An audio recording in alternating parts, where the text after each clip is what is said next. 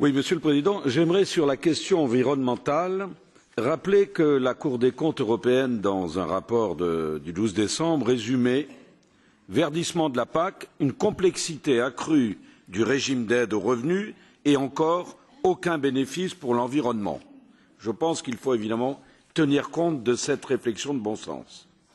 Quant au rapport que nous examinons ce soir, il est regrettable, c'est un rapport plutôt équilibré, mais il est regrettable qu'il ne soit pas assez ferme sur les points suivants. Il est fait mention, parmi les problèmes auxquels doivent faire face les agriculteurs, à la volatilité des prix. Depuis plusieurs années, ce problème bien réel a laissé place à une situation bien plus grave.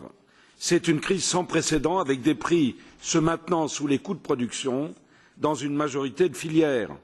Cette situation est, pour l'essentiel, passée sous silence dans ce rapport.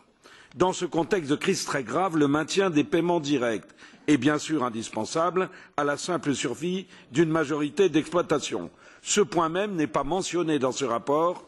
De la même manière, il n'est pas relevé que les données utilisées par la Commission européenne sont obsolètes, puisque datant pour la plupart d'entre elles d'avant la crise en cours. Enfin, l'OMC et les traités de libre-échange ne sont pas désignés de manière claire comme une menace pour la suivi des filières d'élevage. Je pense entre autres au CETA et au futur Mercosur.